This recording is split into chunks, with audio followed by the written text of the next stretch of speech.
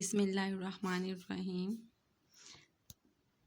आमना दिल्ली से। तो आज हम बात करेंगे हिस्ट्री इन्फॉर्मेशन के बारे में। कुछ ऐसे हिस्ट्री इन्फॉर्मेशन मैं आप लोग के साथ शेयर करने वाली हूँ आज, जो कि आप लोग के लिए बहुत ही ज़्यादा हेल्पफुल होने वाली है। इस हिस्ट्री इन्फॉर्मेशन में आज हम डिस्कस करेंगे कुछ ऐसे इंसिडेंट्स के बारे में, एक्ट्स के बारे में, हिस्टोरिकल इंसिडेंट के बारे में स्पेशली, जो with the years and name, कि कौन से ईयर्स में वो हैपन हुए थे और उनके क्या नेम से वो आज पहचाने जाते हैं, उनकी क्या इंपॉर्टेंस है बिहाइंड द रीज़न। तो आज ये सब हम डिस्कस करेंगे। Clear. The first one is government of India act, जो कि हेल्ड हुआ था 1930। गवर्नमेंट ऑफ इंडिया एक्ट जो है वो 1935 में, ये 2 पार्ट्स पे डिपेंड करता था। द फर्स्ट वन, जो फर्स्ट पार्ट था वो था सेंट्रल, और जो सेकंड पार्ट था वो प्रोविंशियल के नाम से मशहूर था। ठीक है, central and the second one is provincial. अब ये जो थे, इसके अलावा भी इसके 14 पार्ट्स थे और 10 शेड्यूल्स पे ये डिपेंड करता था। द नेक्स्ट वन इज है कांग्रेस मिनिस्टर्स, जो कि 1937 में हेल्ड हुई थी। 1937 में जो कांग्रेस मिनिस्टर्स थे, इन्होंने 27 मंथ रूल किया था। अब जो कांग्रेस ने 27 मंथ्स जो रूल किया था, इन्होंने सिर्फ और सिर्फ जस्ट इन्होंने पॉलिटिकल जो हिंदुइज्म था सिर्फ उसको राइज किया था। इन्होंने एक ऐसी कम्युनिटी बनाई थी जो कि सिर्फ और सिर्फ हिंदू कम्युनिटी के वेलफेयर के लिए काम कर रही थी, और पाकिस्तानीज़ के लिए, मुस्लिम के लिए वो बिल्कुल उसके अगेंस्ट और उसके ऑपोजिट जा रही थी। इससे उसको कोई फ़ायदा नहीं हो रहा था, बल्कि सिर्फ हिंदुइज़्म जो कल्चर था और जो एक कम्युनिटी थी, सिर्फ वही इससे फ़ायदा उठा रहे थे। और जो नेक्स्ट वन है 1938 में पीरपुर रिपोर्ट मार से वजूद में आई थी। अब जो पीरपुर रिपोर्ट है, ये जो पीरपुर लिया गया है, ये उसका नाम ही है, जो इसके ऑनर का नाम है पीरपुर, तो उसी के नाम से इसको मशहूर किया गया है, पीरपुर रिपोर्ट के नाम। कांग्रेस के जो हुक्मरान थे, जो रूलर्स थे, वो मुसलमानों के ख़िलाफ़ जितना भी उनका ग्रीव था, उनका गुस्सा था, उनकी जितना भी वो उनका जो पर्सनल जेलसीपन और जो सब कुछ था, वो सब कुछ वो निकालने के लिए वो दिखा रहे थे, वो शो कर रहे थे। उन सबको कंट्रोल करने के लिए, उनसे निपटने के लिए जो मुस्लिम लीग ने एक रिपोर्ट की थी और एक रिपोर्ट को फॉर्मुलेट किया था, और वो थी पीरपुर रिपोर्ट। और उसका नाम क्या था, जो उसका लीडर था जिसने इसको रिपोर्ट को फॉर्मुलेट किया था, वो था पीरपुर रिपोर्ट। ठीक है, under the chairmanship of Raja Syed Mohammad Mehdi of Pirpur. तो इसीलिए ये फिर इसके नाम से ही महफूज हो गया, इसके नाम से ही ये मशहूर हो गई थी, क्योंकि इसका चेयरमैन जो शिप था वो उसका नाम ही था राजा सैयद मोहम्मद मेहदी ऑफ पीरपुर।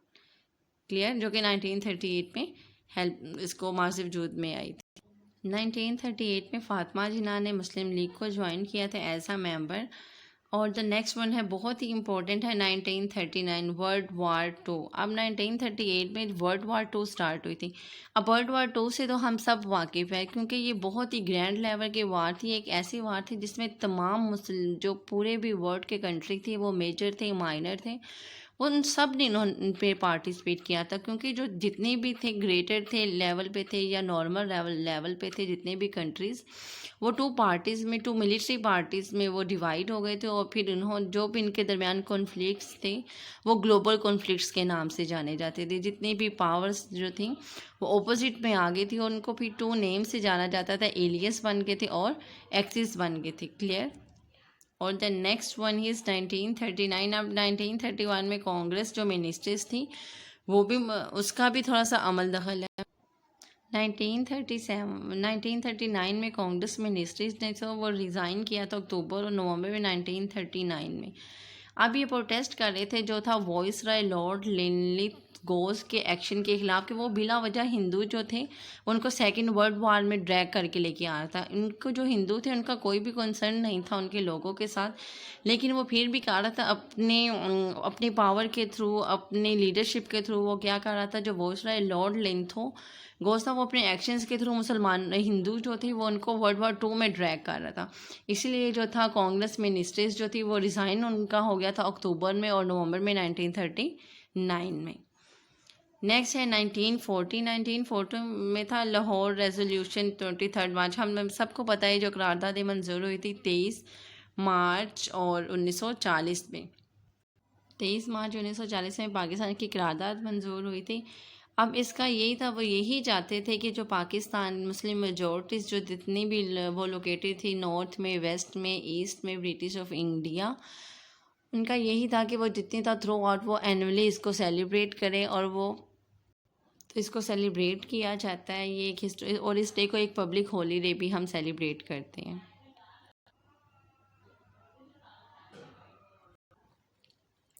जितने भी मुस्लिम लीगी थे इन सब ने अपना लाहौर रेजोल्यूशन में यहाँ ये लोग आए थे, और इन्होंने रिटर्न तौर पे प्रिपेयर किया था क्लियर कि हमें एक सेपरेट होमलैंड चाहिए, हम मुस्लिम हिंदुओं के साथ हमारा गुजारा नहीं हो सकता। तो फिर इसीलिए इनकी जो करारदाद थी उसको मंजूर कर लिया था, एक्सेप्ट कर लिया गया था 1940 में 23 मार्च में। Clear. The next one is 1942 में क्या होता है, क्विट इंडिया मूवमेंट स्टार्ट। अब क्विट इंडिया मूवमेंट है जी, हमें नेम से ही पता चल रहा है। ये जो थी 8 अगस्त में 1942 में हुई थी। All India Congress committee session हुआ था इनका, ये बम्बई में हुआ था। ठीक है। अब ये किसके अंडर हुआ था, ये मोहनदास करमचंद गांधी जो थे इन्होंने ये लॉन्च किया था क्विट इंडिया मूवमेंट को। जो इसका ओनर था वो यही था, मोहनदास करमचंद गांधी। तो इन्होंने इस चीज़ को लॉन्च किया था। और जो नेक्स्ट है 1942 में क्रिप्स मिशन हुआ था। अब इस इंग्लिश उर्दू में इसको हम क्रिप्शन मिशन भी के नाम से भी ये पहचाना जाता है।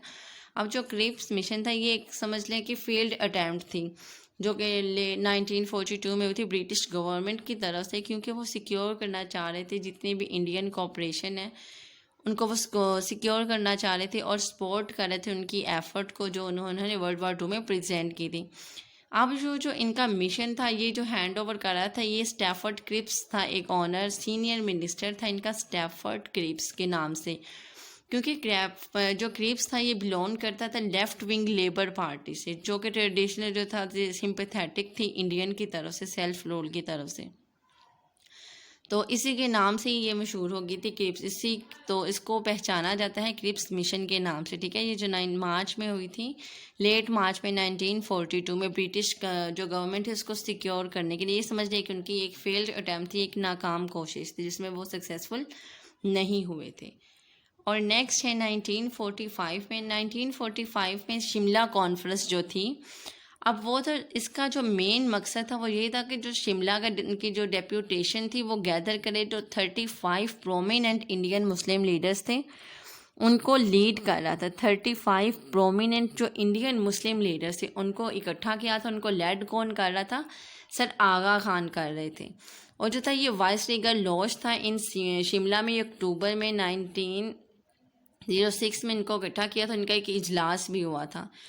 और इसका जो एम था, डेप्यूटेशन का एम था वो यही था कि वो कन्विंस करे लॉर्ड मिंटो को और फिर वाइसराय ऑफ इंडिया को कि वो मुसलमानों को ग्रेटर तौर पर रिप्रेजेंटेशन करने दे, उनको अपनी रिप्रेजेंटेशन के पॉलिटिक्स में उनको एज ए रिप्रेजेंट होने दे, उनको भी अपने एक सेपरेट होमलैंड को गेट करने के लिए उसको एक्स्ट्रा एफर्ट करने दे। ठीक है। और कि वो उनको मुसलमानों को भी ग्रांट कर दे कि वो ग्रेटर रिप्रेजेंटेशन दे सके पॉलिटिक्स में अपने।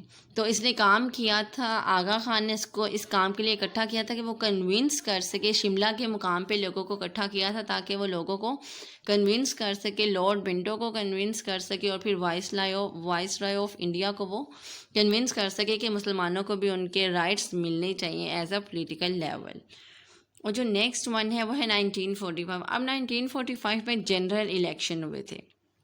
अब जनरल इलेक्शन जो थे वो हुए थे ब्रिटिश इंडिया में, दिसंबर 1945 में हुए थे, कि उसका मकसद यही था कि वो लोगों को मेंबर्स को इलेक्ट करे सेंट्रल लेजिस्लेटिव असेंबली के लिए और काउंसिल ऑफ स्टेट के लिए। क्लियर। अब ये जो फर्स्ट शिमला कॉन्फ्रेंस थी ये टूट गई थी जुलाई में 14 जुलाई में 1945 में, और कंट्रोवर्शियल जो इसके इश्यूज थे, क्योंकि ये रिप्रेजेंटेटिव थी cultural of the All India Muslim League ही, एक ऑल इंडिया जो मुस्लिम लीग है ये उसी के कल्चर को रिप्रेजेंट कर रही थी। और जो लास्ट वन है वो है 1946 में प्रोविंशियल इलेक्शन हुए थे।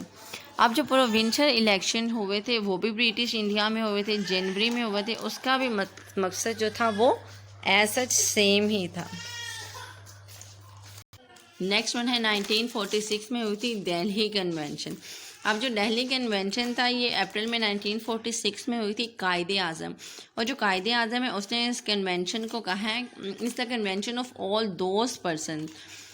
ये उन सब के लिए था जो कि इलेक्टेड मेंबर थे, ऑफ प्रोविंशियल के भी इलेक्टेड मेंबर थे, और सेंट्रल जो लेजिस्लेटर्स थे और मुस्लिम लीग जिन्होंने टिकट हासिल की थी दिल्ली में।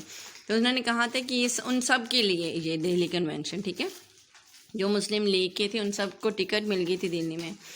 और इसके अलावा भी जो थे जितने भी कन्वेंशन थे, कन्वेंशन में वो तमाम पर्सन शामिल थे जो कि सेंट्रल तौर पे और प्रोविंशियल लेजिस्लेचर के तौर पे मुस्लिम लीग में जिनको टिकट मिल गई थी और जो कि एज अ मेंबर काम कर रहे थे।